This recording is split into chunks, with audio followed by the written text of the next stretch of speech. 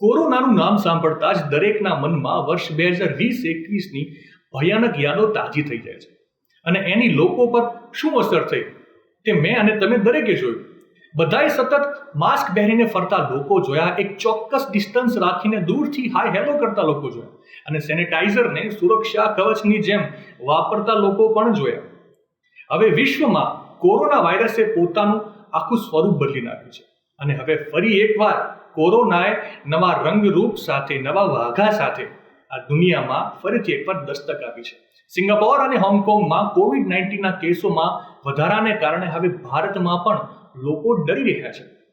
મળતી માહિતી મુજબ દેશમાં પણ આ નવા વેરિયન્ટનો ધીમે ધીમે પગ પેસારો થઈ ચૂક્યો છે. તમિલનાડુ અને મહારાષ્ટ્રમાં કોરોનાના દર્દીઓ ઝડપથી વધવા લાગ્યા છે અને હવે પ્રશ્ન એ થઈ રહ્યો છે કે શું ખરેખર કોરોનાનો કોઈ નવો પ્રકાર છે કે કેમ, અને જો કદાચ છે તો તે કેટલો ખતરનાક છે. તો આવો આ બાબતે થોડું વિગતે જાણીએ. ચીન, સિંગાપોર અને થાઇલેન્ડમાં ફેલાતો કોરોના વાયરસનો નવો પ્રકાર JN1 છે. આ દેશોમાં દર્દીઓની સંખ્યા સતત વધી રહી છે.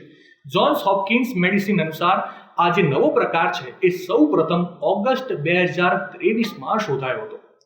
વાત કરીએ સિંગાપોર અને હોંગકોંગની, તો આ એશિયન દેશોમાં કોરોના વાયરસના આ નવા પ્રકારના કેસ સૌથી વધુ જોવા મળી રહ્યા છે.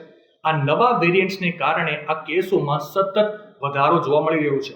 1 મે થી 19 મે દરમિયાન સિંગાપોરમાં જ ખાલી કોરોનાના ધરખમ 3000 જેટલા કેસ નોંધાયા હતા અને આ નવા હુમલાને લીધે હોંગકોંગમાં કોરોનાને કારણે, આ નવા વેરિયન્ટ્સને કારણે અત્યાર સુધીમાં 30 દર્દીઓએ જીવ ગુમાવ્યા છે. પરંતુ હાલ મેડિકલ વિભાગના અધિકારીઓના અનુસાર જે માહિતી મળી રહી છે એ મુજબ આ જે નવો વેરિયન્ટ છે એ કેટલો ખતરનાક છે તે હજુ સુધી સ્પષ્ટ થયું નથી. અધિકારીઓના મતે અત્યાર સુધી એવા કોઈ પણ પ્રકારના પુરાવા નથી મળ્યા જે કહી શકે કે આ પ્રકાર પહેલા પ્રકાર કરતાં કેટલો વધારે ખતરનાક છે અથવા તે વધુ ઝડપથી ફેલાઈ રહ્યો છે કે કેમ. અધિકારીઓનું કહેવું છે કે નબળી રોગ પ્રતિકારક શક્તિ ધરાવતા લોકોએ થોડી સાવધાની રાખવાની બસ જરૂર છે. તે આવા લોકોને સરળતાથી પોતાનો ટાર્ગેટ બનાવી શકે છે. તો મિત્રો, આ તો વાત થઈ કોરોનાના નવા વેરિયન્ટ વિશેની. ટૂંકમાં વાત કરું તો ભ્રામક અફવાઓથી સાવધાન રહેવું અને સમાચારથી સતત અવગત રહેવું.